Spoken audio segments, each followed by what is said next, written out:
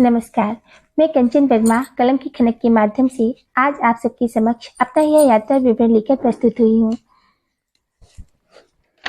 यह यात्रा अल्मोड़ा शहर की है।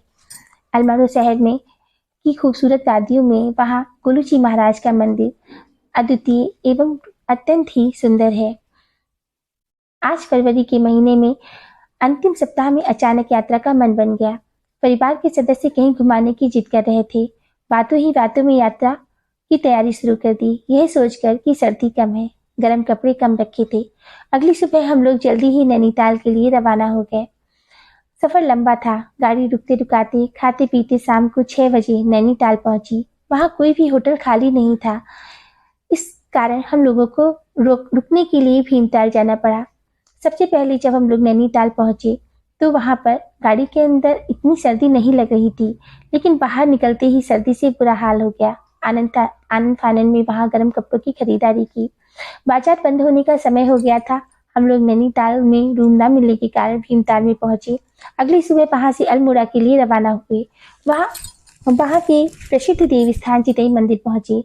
वादियों की खूबसूरती में स्थापित यह मंदिर अपनी रोचकता और भव्यता के लिए जाना जाता है। यहाँ चिट्ठी के माध्यम से भगवान से गुहार लगाई जाती है और मनोकामना पूरी होने पर भक्त घंटा चढ़ाते हैं। यह मंदिर यहाँ के स्थानीय देवता गोलू जी महाराज का है। गोलू महाराज को शिव और कृष्ण दोनों का अवतार माना जाता है।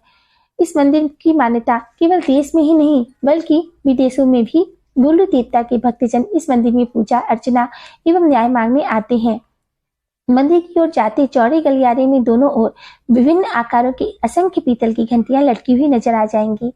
सुनहरी किनारे की लाल चुनरी द्वारा भी ये घंटियां लटकाई जाती हैं। छोटे से लेकर बहुत बड़े बड़े आकार के घंटे और उनके साथ बंधी हुई असंख्य घंटियां यहाँ लटकी हुई नजर आती हैं।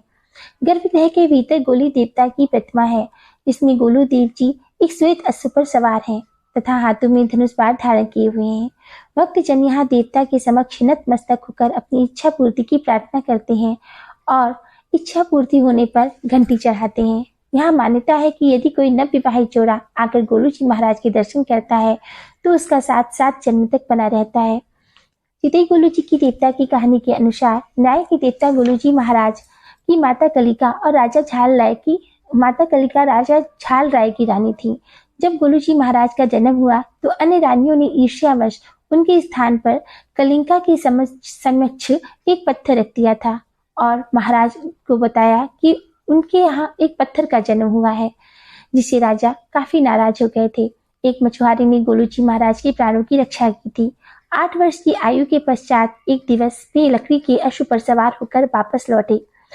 वे अपने अश्व को उस तालाब के समीप ले गए जहाँ राजा की रानियां स्नान कर रही थीं। उन्होंने अश्व को जल पिलाया।